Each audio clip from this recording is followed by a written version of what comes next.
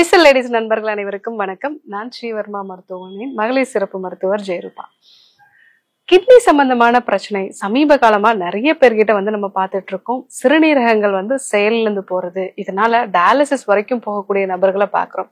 முக்கியமா சர்க்கரை வியாதினால பாதிக்கப்பட்டவங்களுக்கும் ரத்த அழுத்தத்தினால பாதிக்கப்பட்டவங்களுக்கும் சிறுநீரகங்கள் பாதிக்கப்படுறது அப்படிங்கிறது ரொம்பவே சர்வசாதாரணமா நடக்குது. இதுல என்ன ஒரு பிரச்சனை அப்படின்னா, இந்த சிறுநீரகங்களை பொறுத்த வரைக்கும் 70% அது பாதிப்படைஞ்ச பிறகுதான் நமக்கு அறிகுறிகளே தெரியும். அந்த மாதிரி நிலைகள்ல அந்த அறிகுறிகள் தெரிஞ்சு கொஞ்ச நாள்லயே டயாலிசிஸ் வரைக்கும் போகணும். உடல் எடை முழுவதுமா குறைஞ்சு போயிடுது.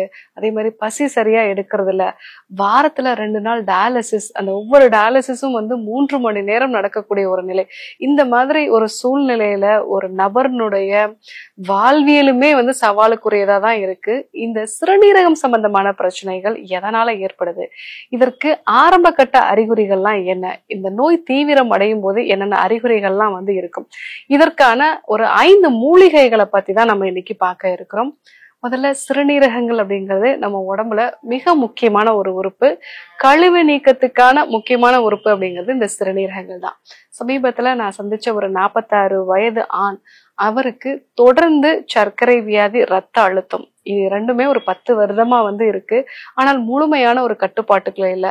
அப்பப்போ நான் மருந்துகள் சாப்பிடுவேன், நான் சில சமயங்கள்ல உணவு கட்டுப்பாடை ஃபாலோ பண்ணுவேன், ஆனால் சில சமயங்கள்ல நான் அதை அப்படியே விட்டுடுவேன். மருந்துகள் கூட எப்பெல்லாம் எனக்கு தலை சுத்தல் வருதோ அப்பெல்லாம் தான் பிபி அதிகமாயிடுச்சு அப்படின்னு நினைச்சிட்டு நான் அந்த பிபி மாத்திரைகளை எடுத்துட்டு இருப்பேன் அப்படின்னு சொல்லியிருந்தாரு. நாளடைவுல இந்த 5 அறிகுறிகள் தான் அவருக்கு இருந்தது.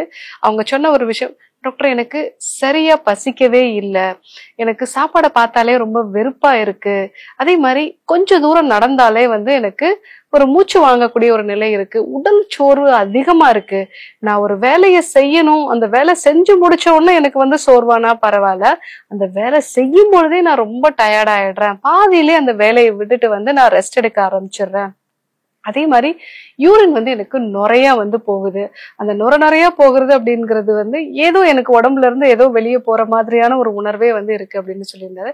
அதே மாதிரி நைட் நேரத்துலயும் எனக்கு ஒரு 3-4 வாட்டியாவது நான் எந்திரிக்கிறேன். இந்த ஒரு அறிகுறிகளோட அவருடைய கால்கள்லயும் வீக்கம் வர ஆரம்பிச்சது. இந்த அறிகுறிகளை பார்த்த பிறகுதான் அவர் கொஞ்சம் பயந்து அவர் வந்தாரு. அவருக்கு நம்ம பிளட்ல யூரியா, அதே மாதிரி சீரம், கிரியாட்டினின் இந்த அளவெல்லாம் பார்த்திருந்தோம். பார்க்கும் பொழுது அளவுல கொஞ்சம் கூடுதலா இருந்தது. ஆனால் ஆரம்ப கட்டத்துலதான் இருந்தது. ஆரம்ப கட்டத்துல இருக்கும்போது நான் சொன்ன இந்த சிகிச்சை முறைகள்லாம் அவர் ஃபாலோ பண்ணாரு. ஃபாலோ பண்ணும்போது நல்ல மாற்றங்கள் வந்திருந்தது. முதல் விஷயம், உணவுல உப்பை நம்ம குறைக்க சொல்லியிருந்தோம். 2வது, அதிகமா எண்ணெயில பொரிச்ச உணவுகளோ இல்ல வெளியில இருந்து வாங்கக்கூடிய பிஸ்கெட்டு இல்ல ஹோட்டல்ல சாப்பிடக்கூடிய உணவுப் பொருட்கள், அப்பளம், ஊறுகாய், இந்த மாதிரியான உணவுப் பொருட்களை முற்றிலுமாக தவிர்க்க சொல்லியிருந்தேன். அந்த விஷயங்களை அவர் கரெக்டா ஃபாலோ பண்ணாரு. 2வது, பூனை மீசை அப்படிங்கிற ஒரு மூலிகை. இந்த மூலிகை அப்படிங்கிறது முன்ன காலத்துல எல்லாமே பாம்பு கடிச்ச நபர்களுக்கு அந்த பாம்பினுடைய விஷத்தை முறிக்கிறதுக்காக இந்த மூலிகையை கொடுத்துட்டு இருந்தாங்க. பாம்பு கடிக்கும் போது என்ன ஆகும், அந்த ரத்தம் அதனுடைய அந்த நீர்த்துவம் மாறி அது உடல்ல உறைய ஆரம்பிக்கும். சோ இன்றைக்கு சிறுநீரகங்கள் பாதிக்கப்பட்ட நிலைகள்லயுமே புரோட்டீன் உடலை விட்டு வெளியாகி ரத்தத்துலதான் அந்த பாதிப்பு வருது. அதே மாதிரியான ஒரு குணம் இருக்கக்கூடியதுதான் இந்த பூனை மீசை. இந்த பூனை மீசை இலைகளை காலை இரவு 2 வேளை ஒரு 10 இலைகளை ஒரு கொதிக்க வச்சு, அதாவது 4 டம்ளர் தண்ணி விட்டு அதை 1 டம்ளரா காய்ச்சி வடிகட்டி காலையில வெறும் வயிற்றுல நான் குடிக்க சொல்லியிருந்தேன். அடுத்ததா மாவிளங்கப்பட்டை, நெருஞ்சில், அது கூட மூக்கிரட்டை, இது 3ஐயும் சேர்த்து கஷாயம் மாதிரி நான் எடுத்துக்க சொல்லியிருந்தேன். ஸோ அவருக்கு இந்த மாவிளங்கப்பட்டை கிடைச்சது, அதே மாதிரி நெருஞ்சில் கிடைச்சிருந்தது. ஆனால் இந்த மூக்கிரட்டை இலைகள் கிடைக்கல. அதற்கு பதிலாக நான் ரீனோன் கேப்சூல்ஸ்ங்கிற கேப்சூல்ஸை 2 கேப்சூல்ஸா நான் அவருக்கு கொடுத்திருந்தேன். ஸோ இந்த ஒரு கேப்சூலும் அவர் தொடர்ந்து எடுத்துட்டே இருந்தாரு. கூடுதலாக அவருடைய சர்க்கரையும் கட்டுப்பாட்டுக்குள்ள வச்சுக்கிறதுக்கான சில சிகிச்சை முறைகள், மெக்னில் சிரப் கொடுத்தது, மெக்னில் சூர்ணம் கொடுத்தது, அது கூட வெந்தயம் காலையில வெறும் வயிற்றுல எடுத்துக்கிறது.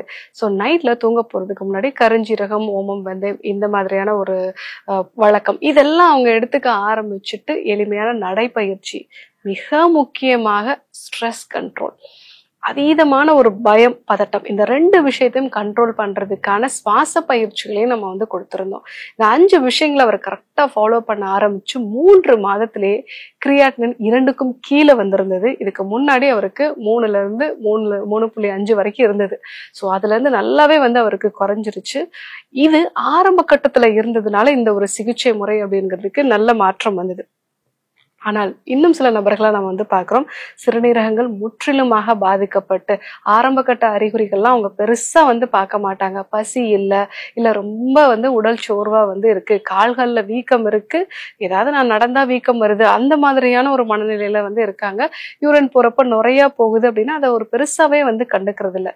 ஸோ இந்த ஒரு நிலையை தாண்டி அவங்களுக்கு சிறுநீரகங்கள் வந்து கிட்டத்தட்ட 90% வந்து பாதிக்கப்படும் பொழுதுதான் அவங்களுக்கு முகத்துல எல்லாம் வந்து வீக்கம் உண்டாக ஆரம்பிக்கும். முகம், வயிறு பகுதி, கால்கள் எல்லாமே வந்து நல்ல வீக்கம் வந்து உண்டாகும். அதுவும் முக்கியமா காலையில எழுந்திருக்கும் போது இந்த வீக்கம் இன்னும் அதிகமா வந்து தெரியும்.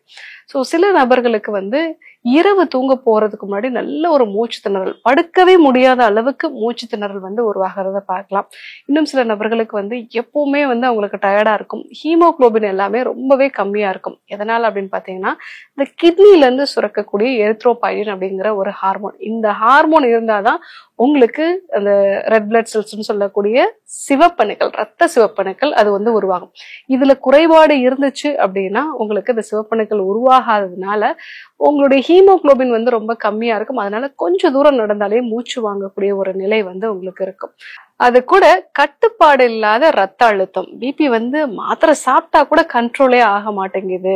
அது கூட வந்து சில பேர் என்ன சொல்லுவாங்க அப்படின்னா, எனக்கு எப்பவுமே வந்து கன்ஃபியூஷன்லே இருக்கு, தலைவலி அடிக்கடி இருந்துட்டே இருக்கு, இந்த மாதிரி வந்து அவங்களுடைய மூளையும் வந்து பாதிக்கப்படக்கூடிய நிலைகள் வந்து இருக்கு. இதெல்லாம் ரத்தத்துல யூரியா வந்து அதிகமாகுது, கிரியாட்டினின் வந்து அதிகமாகுது அப்படின்னா இந்த அறிகுறிகள்லாம் வந்து இருக்கும். மூச்சு திணறல் அப்படிங்கிறது நம்மளுடைய லங்ஸை சுத்தி நீர் கோர்த்து இருந்துச்சு அப்படின்னா இந்த மாதிரியான அறிகுறிகளா இருக்கும். இதெல்லாம் வந்து ரொம்ப அட்வான்ஸ்டு ஸ்டேஜ்ல வரக்கூடிய அறிகுறிகள். ஸோ இந்த மாதிரி அறிகுறிகளை தொடர்ந்து தான் நிறைய பேருக்கு டயாலிசிஸ் அப்படிங்கிற ஒரு பிரச்சனைக்கே வந்து போறாங்க. சிறுநீரகங்கள் சம்பந்தப்பட்ட பிரச்சனை இருக்கிறவங்க ஆரம்ப கட்டத்திலே நான் சொன்ன இந்த மூலிகைகளை வந்து கரெக்டா பயன்படுத்தி, அது கூட சர்க்கரையையும் ரத்த அழுத்தத்தையும் வந்து கட்டுப்பாட்டுக்குள்ள கொண்டு வந்து உணவு முறைகளே மாற்றம் கொண்டு வந்தாங்க அப்படின்னா கண்டிப்பாக அதனுடைய நிலை அடுத்த கட்டத்துக்கு போகாம தவிர்த்துக்கலாம். இந்த சிறுநீரகங்கள் பாதிக்கப்படக்கூடிய நபர்கள் வந்து என்ன உணவு டாக்டர் நான் வந்து சாப்பிடணும், எதையுமே சாப்பிடக்கூடாது அப்படின்னு சொல்றாங்க அப்படின்வாங்க. ஸோ ஏன்னா அவங்களுக்கு உப்பு இல்லாம சாப்பிட்றது ரொம்பவே தண்டனையான ஒரு விஷயமா இருக்கும். பழங்களை பொறுத்த வரைக்கும் கொய்யா, பப்பாளி வந்து சாப்பிடலாம். அதே மாதிரி காய்கறிகளை பொறுத்த வரைக்கும் அதை சின்ன சின்னதா நறுக்கிட்டு நல்லா தண்ணீர்ல கொதிக்க வச்சு அதுக்கப்புறமா அந்த தண்ணீரை வந்து கீழே ஊத்திட்டு அதுக்கப்புறம் அந்த காய்கறிகளை வந்து நம்ம சாப்பிடலாம்.